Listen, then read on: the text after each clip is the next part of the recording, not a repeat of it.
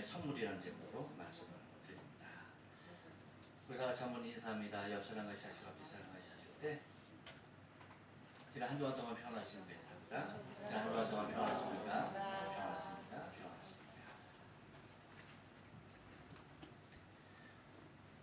여러분 지난주에 선물 많이 받았죠? 기억을 못 하십니까? 하나님의 선물 세 가지를 여러분에게 드렸는데 다 잊으신 것 같아요. 여러분 우리가 선물과 비슷한 종류의 모습이 있습니다. 이 선물이 목적에 따라서 선물이 되기도 하고 선물이 뇌물이라고 하는 엄청난 큰 사고를 일으키는 물건이 되기도 합니다. 그것은 어떻게 달라질 때, 목적이 어떻게 달라질 때 그렇게 되겠습니까?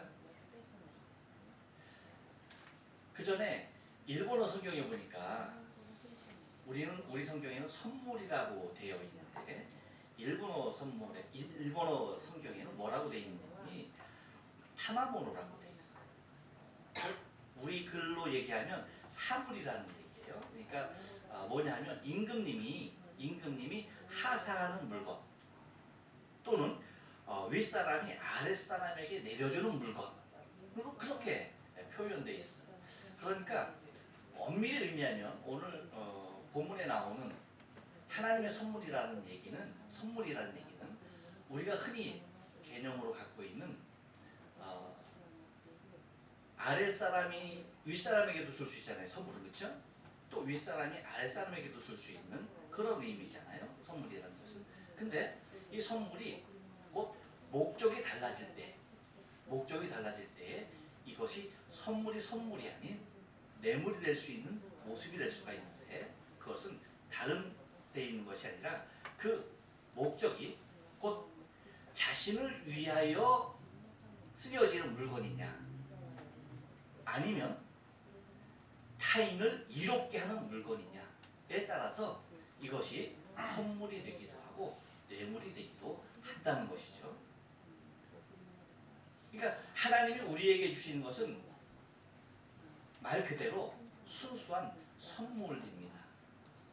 그런데 사람의 측면에서 누군가에게 주어지는 것들이 순수한 의미의 선물이 아닌 일본어 성경에서 얘기하고 있는 하나님께서 우리에게 주시는 타마모노가 아닌 어쩌면 우리가 누군가에게 건네는 뇌물의 모습으로 생각할 수도 있지만 우리는 분명히 기억해야 할 것은 하나님께서 우리에게 주시는 것은 분명한 당신의 하사품, 선물이었다라고 하는 것입니다. 곧 위아래의 구분이 분명히 가 있는 모습으로서의 선물을 우리가 의미하고 있는 것을 바라볼 수가 있다는 것입니다. 그래서 지난주에 하나님께서 우리에게 주신 하나님의 선물은 곧 다른 것이 아니었죠. 뭐였습니까? 유대인, 사마리아인의 구별이 없었던 것을 우리는 생각해 봤습니다. 그것이 우리가 9절에서 생각했던 것입니다. 10절에서 볼 수 있는 것은 뭐였습니까? 하나님의 선물은 다른 것이 아니었더라고요. 바로 예수 그리스도 그분 자체였어요. 그분이 하나님의 선물이었다라고 하는 것입니다. 또 하나 하나님의 선물은 뭐였습니까? 하나님의 선물은 세상에 어떠한 방법으로 얻을 수 있는 것이 결코 아니었던 것을 우리는 11절 말씀에서 상고를 해봤습니다. 그래서 오늘은 그 이후에 있는 12절부터의 말씀을 가지고 하나님의 선물 좀 더 구체적으로 우리가 무엇인지에 대해서 상고하며 은혜를 나누기를 원합니다. 여러분 하나님의 선물은요 한번 따라서 합니다.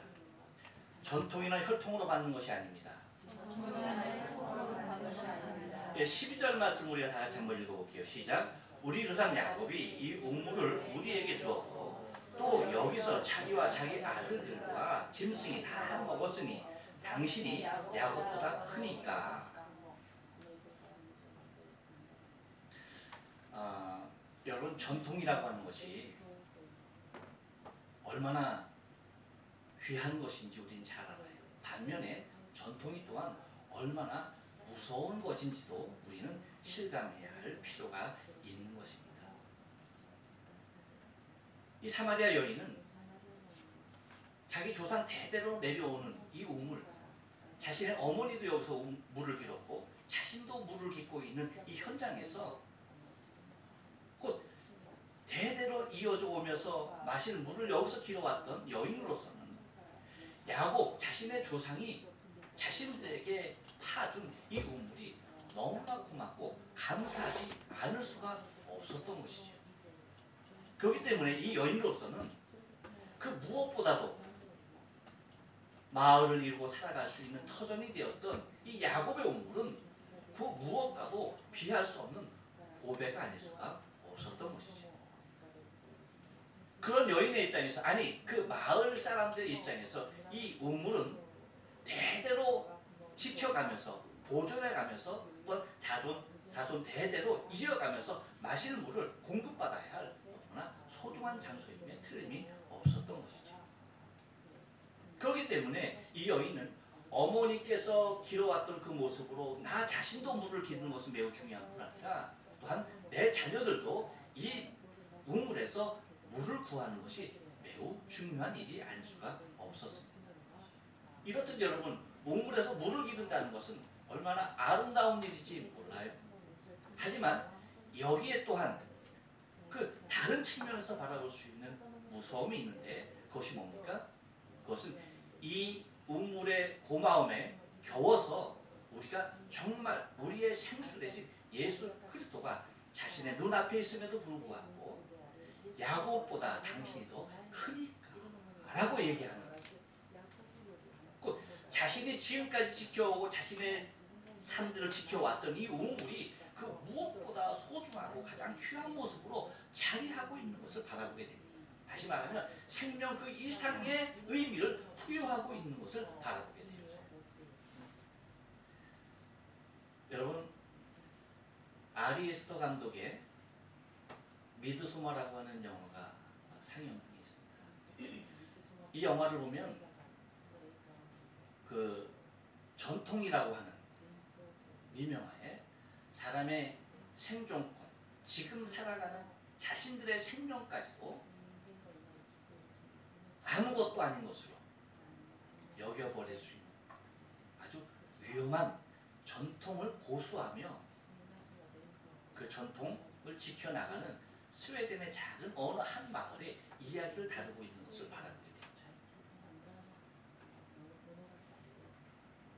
미국으로 떠났던 유학생이 거기서 자신의 친구들과 함께 방학을 맞이해서 이 스웨덴으로, 이 마을로, 자신의 마을로 휴가를 가는 겁니다. 거기에서 벌어지는 일인데 사람이 높은 데 올라가서 떨어져 죽는 거예요. 그것을 바라보면서 그 누구도 말리려 하지도 아니하고 그 누구도 저지하지 아니하고 거기에 그것을 그냥 그대로 받아들이며, 또한 거기서 그렇게 절벽에서 떨어져 죽는 사람들도 가차없이 자신의 몸을 내어 던지는 모습을 바라보게 됩니다. 그것을 바라봤던 사람들은 매우 충격적이었죠. 너무나 무서운 사건이었습니다. 어떻게 사람들이 이럴 수 있느냐. 하지만 그것을 전통으로 지켜온 그들에게 있어서는 눈 하나 깜짝하지 아니하는 그러한 일이 되어버리고 말았던 것이죠. 여러분, 우리에게 있어서 전통이라는 것도 그만큼 중요한 의미를 갖죠. 마치 이 여인들이 가졌던 야곱보다 큽니까? 라고 하면서 그것을 더 존중하고 그것을 더 마음 두었던 이 여인의 입장으로서는, 아니 그 수가성 사람들의 입장으로서는 마치 우리나라 사람들이 갖고 있는 한글에 대한 자긍심과도 같을 거예요. 여러분, 우리나라가 이만큼 세계 열강과 어깨를 나란히 할 수 있었던 배경 중에 하나가 뭘까요? 그것은 다른 것 아니죠.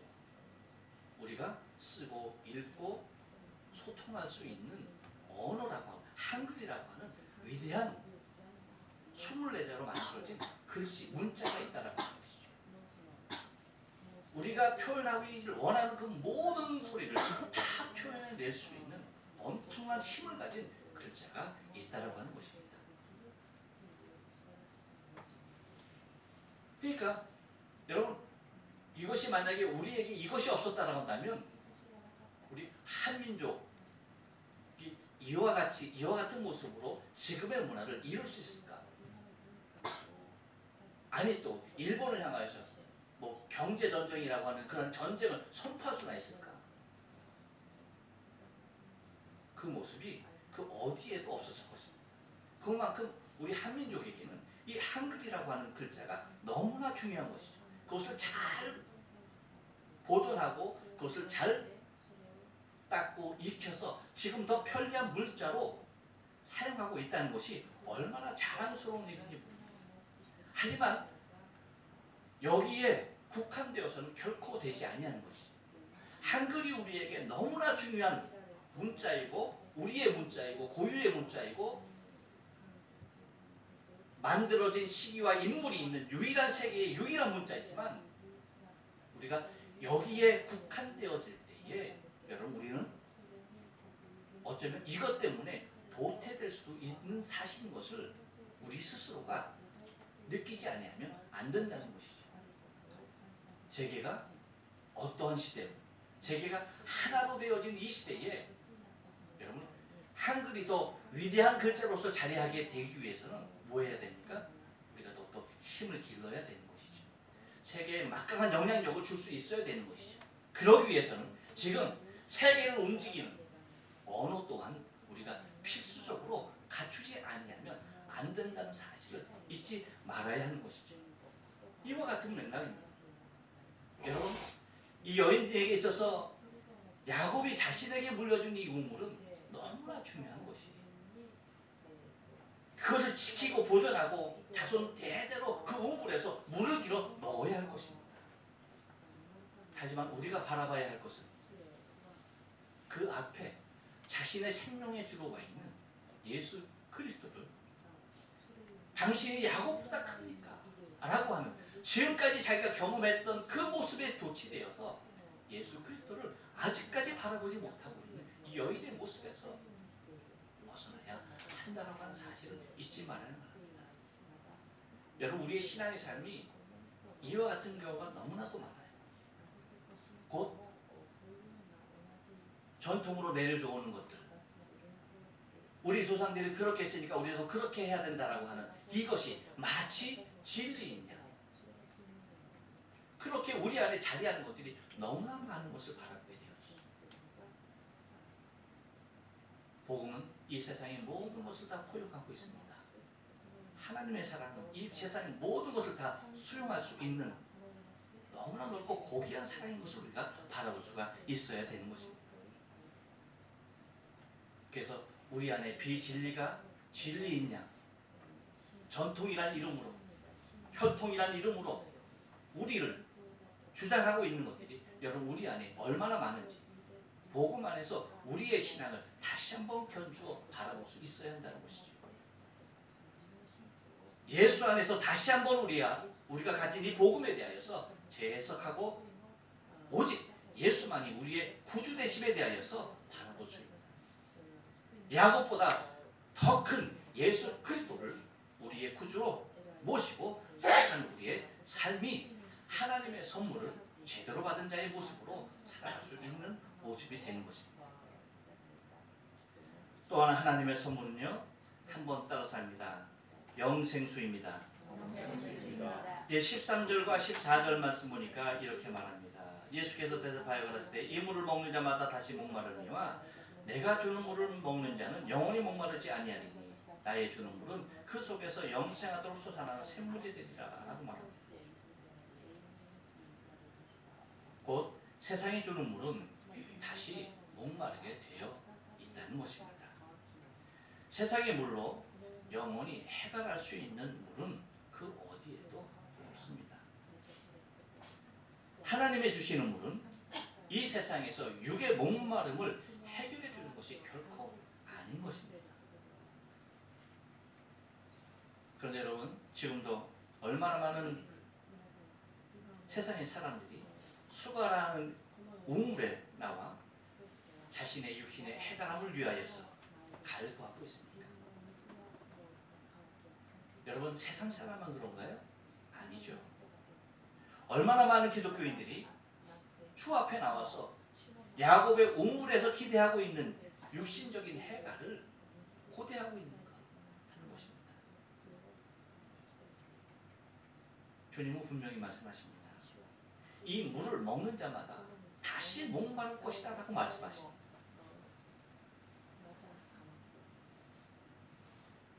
세상에서 해가람을 위하기 위하여서 세상에 그 어떤 물을 마신다 할지라도 그 목마름은 다시 반복될 수밖에 없다는 것이죠. 하지만 14절에서 말씀하는 것 같이 내가 주는 물을 마시는 자는 영원히 목마르지 아니하리니 나의 주는 물은 그 속에서 영생하도록 솟아나는 샘물이 되리라 라고 말씀하십니다. 곧 예수 그리스도 당신을 마시지 아니하면 그 누구도 그 배에서 영생하도록 솟아나는 샘물을 맛볼 수 없다는 것입니다. 당신이 곧 영생수임에 대하여서 증거하고 있는 것입니다. 우리는 이 영원한 생물을 우리가 맛보았음에도 불구하고 우리는 계속해서 수가성의 우물로 달려가려고 하는 우리의 육신적인 욕구들에 대하여서 여러분 깊이 반성하고 우리가 깊이 주의 말씀으로 더욱더 하나님의 영으로 주 예수 그리스도만으로 만족할 수 있는 신앙의 삶을 위하여서 몸부림치지 아니하면 안 된다는 것입니다. 우리 육신은 또 세상의 우물을 찾으려고 합니다. 왜일까요? 지금까지 우리가 세상의 물을 마셔왔기 때문에 우리의 육신이 요구하는 것은 세상의 물이에요. 그래서 지금도 수가성으로 달려가려고 하는 우리의 육신적인 욕구들이 얼마나 우리를 괴롭게 하는지 모릅니다. 하지만 우리가 마셔야 할 물은 마시면 그때 시원할 수 있지만 다시 목말라서 다시 찾아야 하는 그 수가성의 우물이 아니라 영생수 되시는 예수 그리스도 그 물을 날마다 마셔야만 하는 것입니다. 그 물을 날마다 만족하며 살아야 합니다. 이런 영적인 삶에 우리가 지배되지 않냐면 여러분 놀랍죠? 언제 내가 어느 틈에 내가 그 우물 앞에 가 있는 나 자신을 발견하게 되는 거예요. 얼마나 무서운 일인지 몰라요. 얼마나 소름 끼치는 일인지 몰라요. 그런데 여러분 어떨까요? 소름이 끼칩니까? 여러분 진저리 치십니까? 너무나 자연스러운 모습으로 수가의 우물 앞에 우리 자신이 서 있지 않습니까? 거기에서 나오는 물을 마시려고 그것을 바라보며 그것을 기대하고 있지 않습니까? 세상 사람들은 영생수 대신 예수 그리스도를 맛보지 못했기 때문에 그들은 그렇게 사는 것이 당연한 것입니다. 그것을 쫓는 것이 전혀 이상한 일이 아니에요. 그런데 만약에 우리가 그런 삶을 쫓는 것이 우리에게 전혀 이상한 일이 아닌 것처럼 느껴지고 그것이 소름 끼치는 일로 나에게 다가오지 않는다라고 한다면 영생수 내 안에 없는 것입니다. 그 물을 아직 맛보지 못한 거예요. 우리 배에서 영생하도록 솟아나는 주님께서 내 배에서 솟아나게 하시는 그 영생수를 맛보고 그분을 맛보고 그분만을 의지하고 그분만을 바라보고 그분만을 소망해야 되는 거예요. 그분만을 기다려야 되는 것이고 그분만을 사랑해야 되는 것이고. 근데 여러분 우리의 현실은 어떤가요? 세상 사람들이 바라고 기대하는 것과 똑같이 우리는 세상에 그 무엇인가 더 잘되고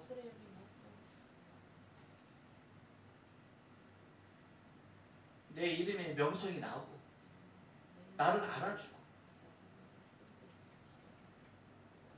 내 육신이 좀 더 안락하고 좀 더 편하고 좀 더 좋은 것, 거기에 내 온 신용이 쏟고 내가 추구하는 모든 것들이 그것을 위하여서 달려가고 있는 우리의 모습이라고 한다면 여러분 기억하셔야 합니다. 예수님 말씀하십니다. 그 무릇 또 목마를 것이다라고 말씀하십니다. 어떤 목마를 돕니까요? 더 큰 것을, 더 많은 것을, 더 자극적인 것을 요구하는 우물이 될 거야. 할 것이다.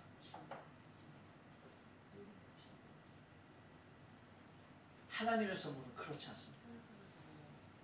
하나님의 선물은 절대 세상에서 기웃거리는 모습으로 세상의 것도 필요해서 우리에게 주시는 모자란 모습에서의 하나님의 선물이 아닙니다.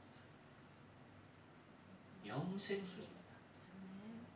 그 무엇에도 부족함이 없는 우리의 생명의 삶 가운데 우리의 육신의 삶 70여 강건의 80을 사는 이 땅의 삶에서도 결코 부족함이 없는 뿐만 아니라 영원한 생명의 삶까지 하나님의 나라에서 영원한 생명의 삶까지 보장하는 그러한 영생수가 하나님이 우리에게 주신 생명수인 것입니다. 이것이 하나님께서 우리에게 주신 선물입니다. 하나님만이 주실 수 있는, 우리에게 주실 수 있는, 하나님만이 주실 수 있는 유일한 선물인 것입니다. 여러분, 우리는 죄성을 가진 육신을 갖고 살아가는 인생인 것을 부정할 수는 없습니다. 그렇기 때문에 때로 우리의 생각이 그쪽으로 달려갈 때도 있어요. 하지만 참아봐야 합니다. 우리의 생각이 자꾸 이상한 데로 갈 수도 있습니다. 어떻게 해야 합니까? 끌어와야 합니다.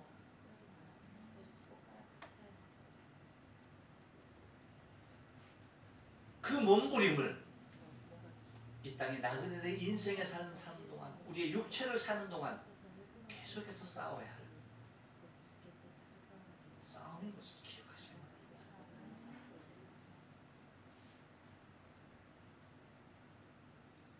하나님은 우리에게 영원히 마실 수 있는 영생수를 우리에게 주신 바 되셨습니다. 또 하나 하나님의 선물은요, 한번 따라서 합니다. 하늘에서 누리는 것입니다. 15절 말씀을 다 같이 한번 읽어볼게요. 시작. 여자가 가로되 주여 이런 물을 내게 주사 목마르지도 않고 또 여기 물길로 오지도 않게 하옵소서. 여러분들은 하나님의 선물을 어떻게 생각하세요? 많은 사람들이, 여러분 잘 들어야 합니다. 많은 사람들이 하나님의 선물을요, 이 땅에서 누리는 것으로 생각해요.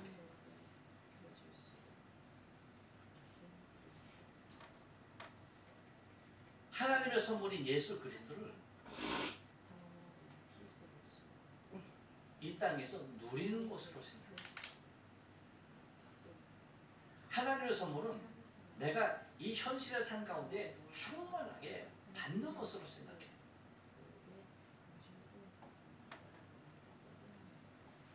그래서 이 사마리아 여인과도 같이 이런 물을 내게도 주사, 이런 물을 내게도 주사, 목마르지도 않고 또 여기에 물길로 오지도 않게 하옵소서 라고 하는 것입니다. 무엇이기 때문에? 하나님의 선물을 이 땅에서 누리는 것으로 생각하기 때문에. 이 수가성 여인이 구하는 그것을 똑같이 구하고 있습니다.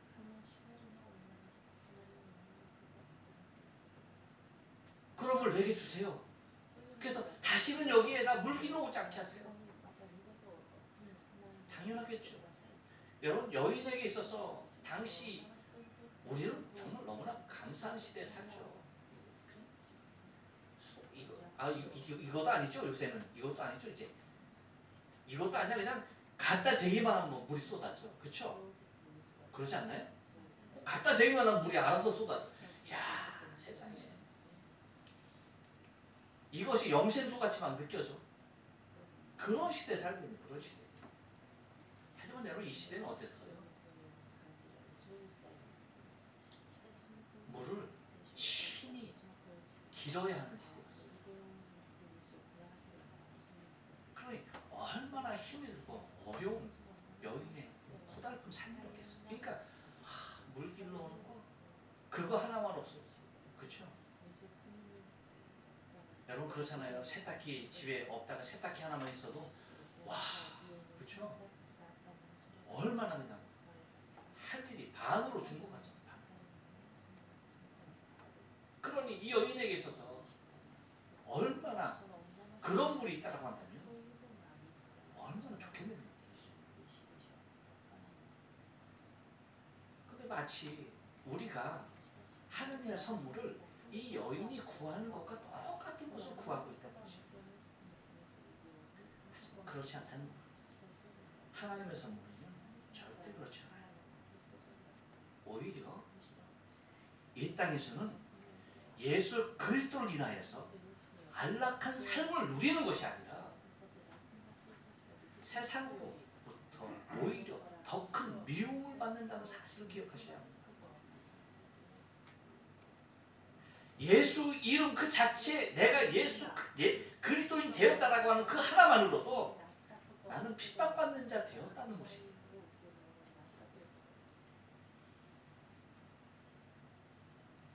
분명히 기억하셔야 합니다. 하나님의 선물은 이 땅에서 받을 수는 있지만 누리는 것은 하나님의 나라에서 누리는 것입니다. 기억하셔야 돼요.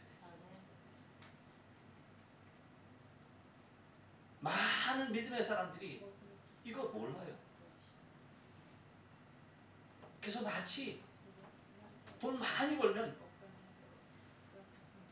하나님께서 축복해 주셨다. 그런 논리를 따지면 나 하나님 앞에 저주받은 인생이에요. 나만 그래? 아니잖아요.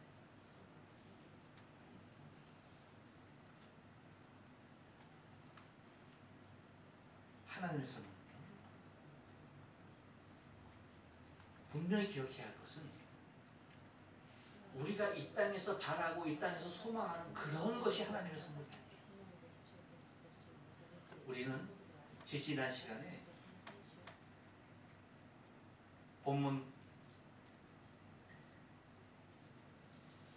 몇 절입니까? 4절로 8절 말씀을 통해서 예수 그리스도의 육체는 무엇을 말하는가? 여기에 대해서 상고를 해봤어요. 여러분 예수 그리스도께서 당신의 육체로서 우리에게 말하는 것이 무엇이었습니까?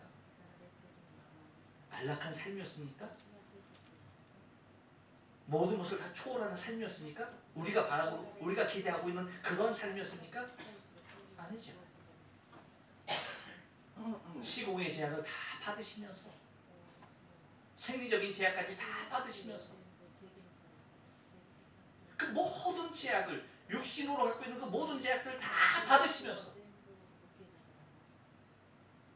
그렇게 갈릴리로 가시는 길 중 아닙니까?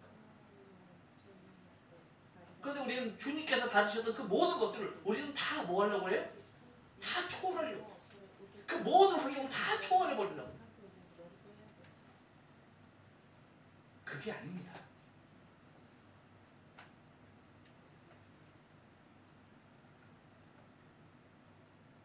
여러분 한번 생각해 보세요. 예수님께서 이 여인에게 분명히 말합니다. 내가 주는 물을 마시는 자는 영원히 목마르지 아니할 것이다 라고 그랬어요. 그랬더니 여인이 하는 말이 뭐예요? 이런 물을 내게 주사 나로 여기에 물 일로 오지 않게 하소서 라고 얘기합니다. 하나님께서 이 여인에게 선물 주셨습니까? 안 주셨습니까? 결론적으로 보면 주셨죠. 그럼 여러분 하나님의 선물은 이 여인에게 무엇이어야 합니까? 우리가 바라는 우리가 일상적으로 바라는 상식이라고 한다면 무엇이었습니까? 다시는 물 길러 오지 않는 거였지. 하지만 여러분, 제가 여러분에게 드리고 싶은 질문은 이 수가성 여인은 이후로 이곳에 물길로 오지 않았을까 하는 것입니다. 다시는 물길로 오지 않았을까요? 다시는 물길로 오지 않았겠죠? 하나님의 선물 받았으니까. 그런 겁니까? 아니면 보너스로 하나님의 선물을 받았으니까 다른 사람보다 좀 더 쉽게 기를 수 있는 어떤 그런 재주나 그런 그릇이나 그런 기술을 선물로 받았을까요? 아니면 다른 여인보다 이 여인은 한 두레박을 올리면은 그것이 막 두 대레박, 세 대레박 막 그런 복을 받았을까요? 기억하십시오. 바뀐 것은 아무것도 없습니다. 이 수가성 여인은 이후로 다시 이 우물에 나와서 물을 또 길어야 했을 거예요. 여러분 그렇게 믿지 않나요? 나는 그렇게 믿는데. 여러분 그렇게 믿지 않나요? 제가 믿는 것이 여러분 물입니까? 이 여인은 예수님과 이별하고 나서 다시 똑같이 이 우물에 나와서 물을 길어야 했을 것입니다. 변한 것은 없어요. 하지만 우리는 믿어요. 무엇을? 이 여인은 분명히 하나님의 선물을 받았어요. 여러분 우리의 육신적인 삶이 달라졌지 않았다 하여서 하나님의 선물을 우리가 받지 못한 것이 아니야. 절대적으로 육신의 환경을 바라보면서 나는 하나님의 사랑도 받지 못하고 하나님의 선물도 받지 못하고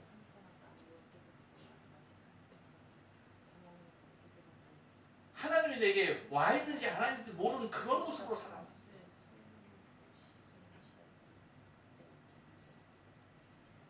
우리는 어제와 똑같이 가난할 수 있습니다. 하지만 하나님께서 내게 주신 선물은 내게 주어진 환경을 초월하는 것이 결코 아니에요. 예수님과 같이 당신 육체에 주어진 그 환경을 그대로 다 수용하면서 하나님이심에도 불구하고 자신에게 육체에 주어진 복음을 위하여서 오신 그분임에도 불구하고 자신에게 육체에 주어진 그 모든 것을 자신의 육체로 감당하며 사셨듯이 여러분 우리가 바라보고 우리가 소망해야 하는 것은 내 육신적인 삶의 환경을 어떻게 개선시키고 어떻게 바꾸고 어떻게 더 부유하게 어떻게 더 좋은 집에서 좋은 옷을 입고 좋은 음식을 먹고 좋은 차를 타고 더 좋은 환경에서 더 좋은 사람들과 더 좋은 높은 곳에서 그거 아닙니다.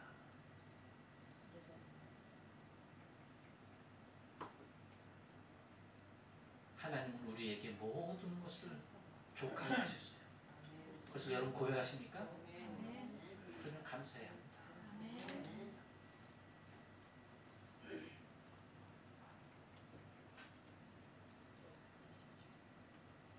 수가성 여인은 결코 변하지 아니한 자신의 환경에도 불구하고 앞으로 변하지도 않을 것에도 불구하고 그 여인을 외칩니다. 내가 메시아를 만났다. 할렐루야. 아멘.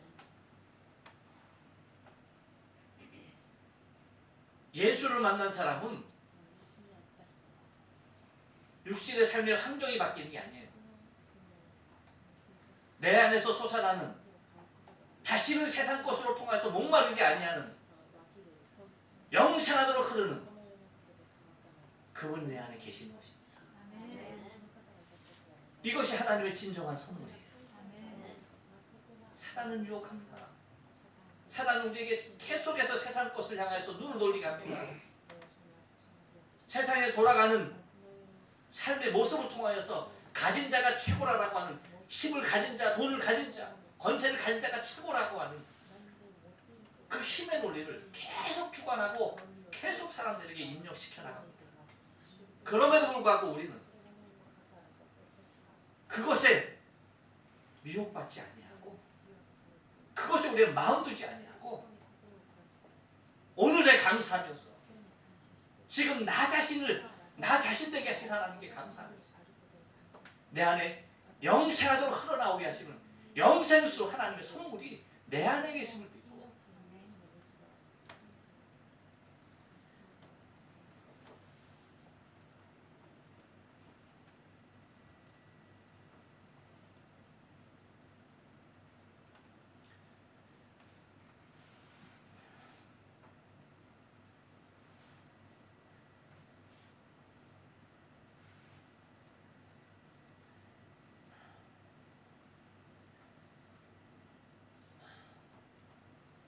우리 주님 계신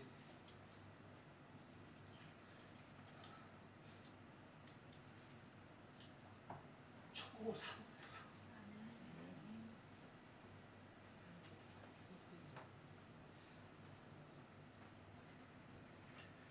잠시인 것, 찰나적인 것,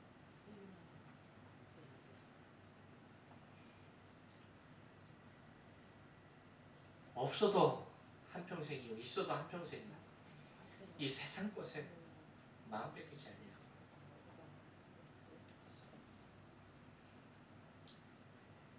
우리의 진정한 삶이 있는 하나님의 나라에서 천국을 소망하면서 하나님의 선물을 마지막 주님 오실 때까지 잘 간직하고 살아갈 수 있는 저와 여러분의 신앙의 상태죠.